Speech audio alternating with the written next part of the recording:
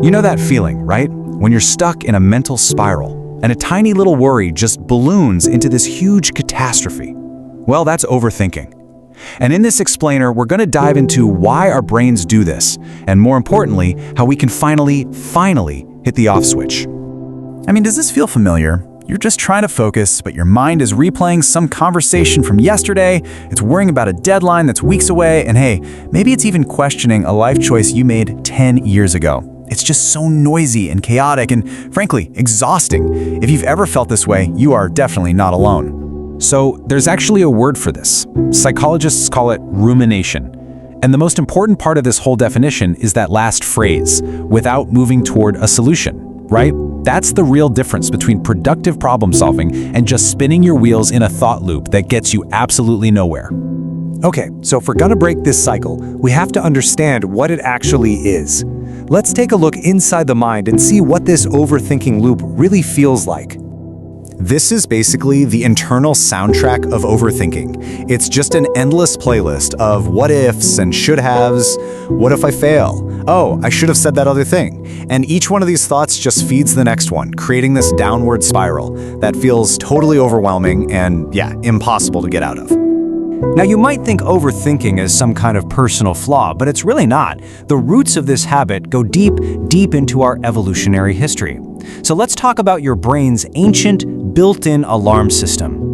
Okay, so here's the deal. Your brain is wired for survival. I mean, for thousands and thousands of years, the humans who are best at anticipating danger, the ones who overanalyze that little rustle in the bushes, well, they were the ones who lived to pass on their genes. Your brain's tendency to constantly scan for threats, it's a feature, not a bug. And this is where the problem comes in. We have this ancient survival hardware, but it's running in our totally modern world. The alarm system that was designed to go off for a saber-toothed tiger now gets triggered by a vague email from your boss. The stakes are wildly different, but our biological reaction can feel almost exactly the same. So what's the result of all this?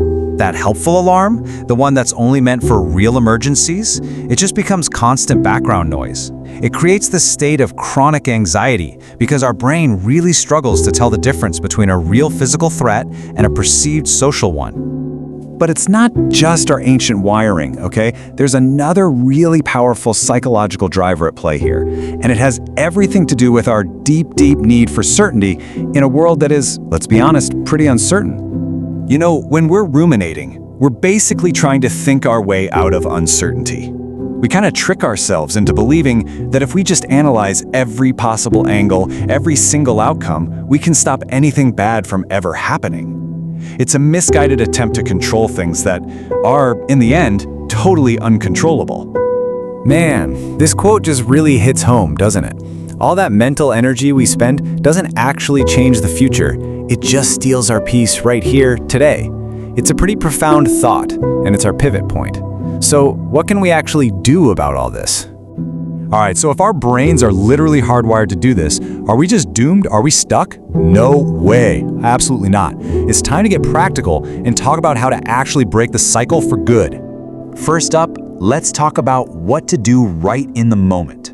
When you feel that spiral starting to rev up, you need a mental emergency brake. And here is one of the most effective techniques out there to just interrupt the pattern immediately. This is the 5-4-3-2-1 grounding method, and its power is in just how simple it is. By deliberately engaging all 5 of your senses, you literally force your brain to pull its attention out of the chaos in your head and back into the physical reality of the present moment. It's a super powerful circuit breaker for overthinking. Now, interrupting the spiral is crucial, for sure, but building long-term resilience, that's the real goal. So let's build out your mental toolkit with some strategies you can practice regularly to keep that overthinking brain in check. So think of these as different tools for different jobs, right?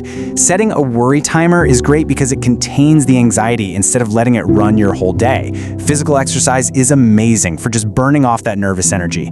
And I love this one, challenging your thoughts directly. Just asking, hey, is this actually helpful? That can stop them right in their tracks. The key is to find what works for you. And this right here might be the most important takeaway of all. This isn't about trying to achieve some empty mind or never having a worried thought again. That's impossible. The point is to shift the dynamic. It's about realizing that you are the observer of your thoughts, not a prisoner to them. You are in the driver's seat. So, I'll just leave you with this question. Imagine all the time and all the energy you're going to get back when it's not being consumed by overthinking. What will you create, or learn, or experience with all that newfound mental space?